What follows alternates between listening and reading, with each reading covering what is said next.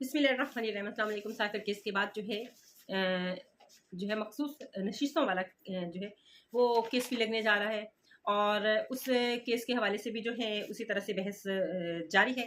और फिर इमरान खान का तोशाखाना केस और इद्दत मिन का वाला केस भी जो है वो भी लगेगा।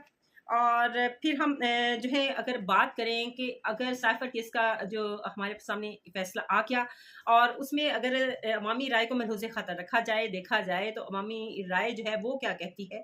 अब वो दौर नहीं है जब आप कुछ फैसले जो हैं वो कर लेते थे और चंद लोगों तक रहते थे, या मीडिया जो आपका सरकारी चैनल था उस वक़्त तक रहता था। और अब जो कि सोशल मीडिया जो है वहाँ पर जो है अगर आप पहले एक बात करते हैं तो सोशल मीडिया पर जो है उसका सारा कटा-चटा जो है वो खोल दिया जाता है। आप अगर साइफर केस का फैसला आपके सामने आ गया तो शाहखाना का फैसला भी इससे यकसर मुख्तलिफ नहीं है। इद्दत में निकाह वाला केस का फैसला भी इससे यकसर मुख्तलिफ नहीं है। इनके फैसले एक ही जैसे हैं, लेकिन इसको लटकाना जो है वो जितना मर्जी लटका ले, आखिरकार जो है फैसले वो इनके जो है जो आने हैं और जो नजर आ रहा है वही आने हैं। पहले जमाने में जो है बातें छुपा ली जाती थी, हकीकतें जो है आवाम के सामने नहीं आती थी। लेकिन जो अब सोशल मीडिया और हमारी आवाम और हमारी जो है नई नस्ल इस कदर जो है उसके अंदर शऊर और फ़हम जो है वो रियासती अमूर के मुतालिक आ चुका है कि वो किसी भी किस्म के जो मसाइल जो सियासी तौर पे आते हैं उनको बड़े आसानी के साथ वो जो है उसका अपना हल जो है वो सोशल मीडिया पर भी उसका अपोजिट जो है वो डाल देते हैं। जैसे इमरान खान को सज़ा, नवाज शरीफ को सज़ाएँ हुई, जैसे कामा की, एमएन फील्ड की, इसी तरह से शहबाज शरीफ भी हैं, जरदारी भी हैं, बहुत सारे लीडर्स हैं। इन तमाम सबको सज़ाएँ हुई और फिर वो सज़ाएँ आज कहाँ हैं, वो सज़ाएँ ख़त्म हो गई। तो आने वाले वक़्त में जो है ये सज़ाएँ भी तकरीबन जो है इसी तरह से जो है वो ख़त्म हो जाएँगी। लेकिन वक़्त के साथ-साथ है इमरान खान को असल मकसद उनका जेल में रखना है और जेल में रखकर उनको तंग करना है। तंग करने का मकसद है वो किसी डील पर जो है वो राज़ी हों, लेकिन ऐसा शायद नज़र नहीं आ रहा है कि वो किसी भी डील के ज़रिए से जो है वो बाहर आएँगी।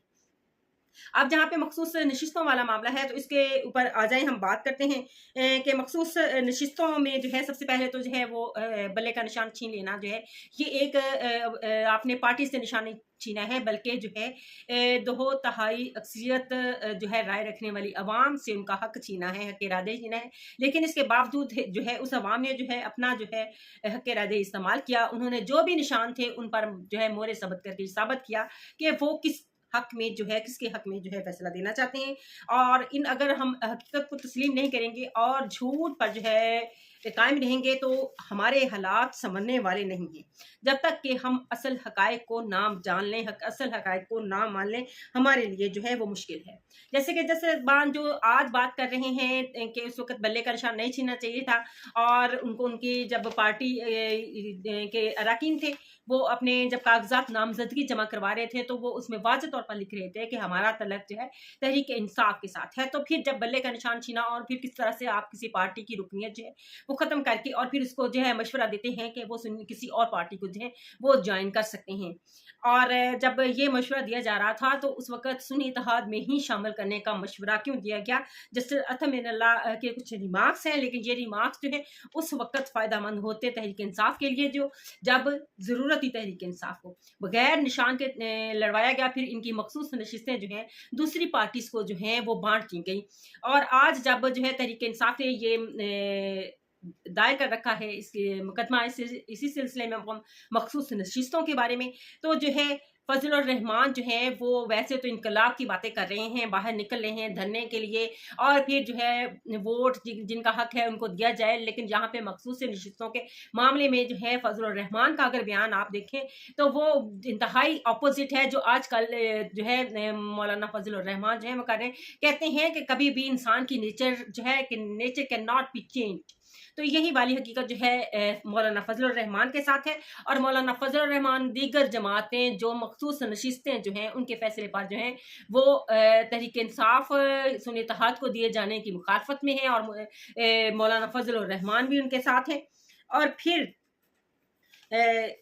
इमरान खान के मुखालफिन, इमरान खान का बयान और उनके मुखालफिन का बयानिया जो है वो जो है ये यहाँ पे देखें साइफर केस के हवाले से। तो साइफर केस में जो है इमरान खान का शुरू से बयानिया था वो जीत क्या है।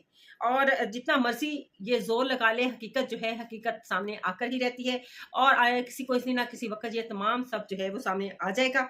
और फिर जो है इसी तरह से ये फैसले जो हैं ये आते रहेंगे और आखिरकार एक दिन आएगा कि हक और सच का बोलबाला होगा। जिस तरह के साइफर केस में इमरान खान और शाह महमूद कुरैशी की जीत हुई, तो इसी तरह बाकी केसेस में भी जो है इन पर लगाए जाने वाले झूठे इल्जामात उसमें जो है वो जीत हो जाएगी। लेकिन मखसूस नशिस्तों का मामला है, मखसूस नशिस्तों में जो है वो बहरहाल कोशिश की जा रही है कि जो है ऐसा फैसला दिया जाए कि जिसमें जो है ये सीटें, तो यही बात किसी को ना अगर दी जाए तो जिस तरह से तकसीम की गई थी वैसे ही रहे, अगर नहीं है तो फिर ये सीटें किसी को भी ना दी जाए। और तहरीक इंसाफ भी ये कहती है कि अगर ये सीटें देनी है तो हमारा हक है, लेकिन अगर नहीं देनी तो फिर ये सीटें किसी को भी ना मिले। इस तरह से जो है पार्लियामान में जो है वो जो है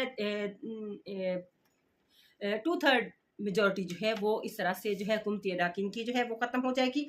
और फिर जो है जस्टिस मंदोखेल के हवाले से भी है कि मखसूस नशिस्तों के हवाले से जो है उन्होंने मौलाना फजलुर रहमान उन्होंने इस बात की तायद की है कि ये मखसूस नशिस्तें और फिर बल्ले का निशान छीनने का ये क्या मामला है, ये फैसले उस वक्त क्यों नहीं किए गए और अब ये फैसले किए जा रहे हैं।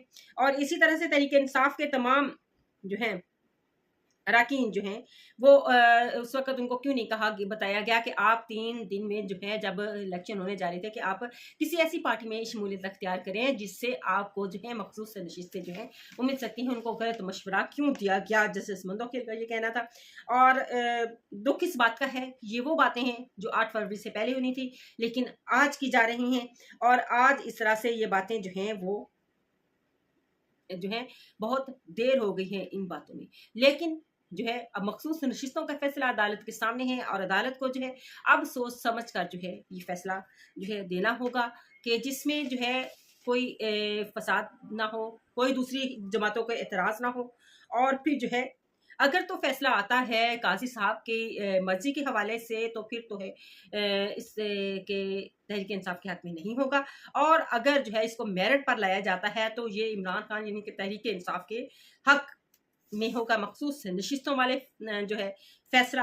और बाकी जज साहिबान जो हैं जिस तरह जस्टिस अतर मीर अल्लाह है, मंदोखेल साहब हैं, ये सारे जो हैं इस अपने अपने दलाइल अपने अपने जो हैं वो मौक़िफ़ के ज़रिए से जो है बताना चाह रहे हैं। लेकिन इसमें जो है जस्टिस फ़ाइज़ ईसा काज़ी जो है वो किसी तौर पे भी, क्योंकि उनको जो है 2/3 मेजॉरिटी जो है चाहिए और वो किस लिए चाहिए, उनको अपनी तोसी के लिए जो है 2/3 मेजॉरिटी जो है वो चाहिए। और फिर इसी सिलसिले में है जो है चीफ जस्टिस और मुनीब अख्तर के दरमियान भी मुकालमे हुए अदालत के दरमियान मखसूस नशिस्तों के हवाले से कि ये यही नुकता उस वक़्त भी उठाया गया और अब भी यही उठाया जा रहा है कि ये मखसूस नशिस्तें जो हैं ये तहरीक इंसाफ से जो हैं वो सुन्नी इत्तेहाद जो कि उनका एक भी उम्मीदवार जीत ना पाया उसमें उनको शामिल होने का मशवरा दिया गया। तो ये क्यों मशवरा दिया गया? जानबूझकर जो है तहरीक इंसाफ को जो है वो मिसगाइड किया गया और फिर मिसगाइड करके कि इस तरह से इनको जो है वो ये सीटें नहीं मिल सकेंगी। लेकिन अब अगर मेरिट पे फैसला किया जाता है तो ये सीटें जो हैं किसी को भी जो हैं वो मिलेंगी नहीं। बात वहीं पे आकर ख़त्म होती है कि आज की अवाम सोशल मीडिया की अवाम है, उनके पास तमाम हक़ाइक़ मौजूद हैं। अगर आप एक बार जो है प्रोपेगेंडा बनाते हैं तो उसके असल हक़ाइक़ जो हैं उसी 10 मिनट के अंदर अंदर जो है सोशल मीडिया पर जो है वो खुलकर सामने आ जाते हैं।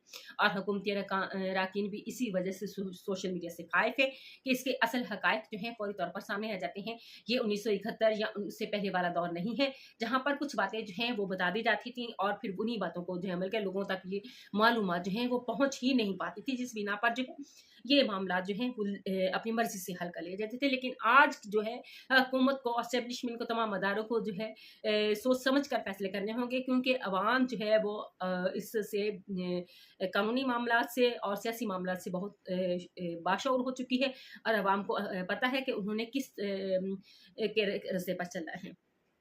और बेहतर है कि अवामी रास्ते को अपनाया जाए जहाँ पे अवाम की पसंद हो, जहाँ पे अवाम की मर्जी हो। और ये मुल्क जो है ये मुल्क अवाम के लिए है। कायदे-ए-आज़म ने पाकिस्तान इसलिए बनाया कि यहाँ पर रहकर यहाँ के मुसलमान जो हैं वो अपने आज़ादी के साथ अपने ज़िंदगियाँ गुज़ार सकें जिसमें इस्लाम के मुताबिक जो है।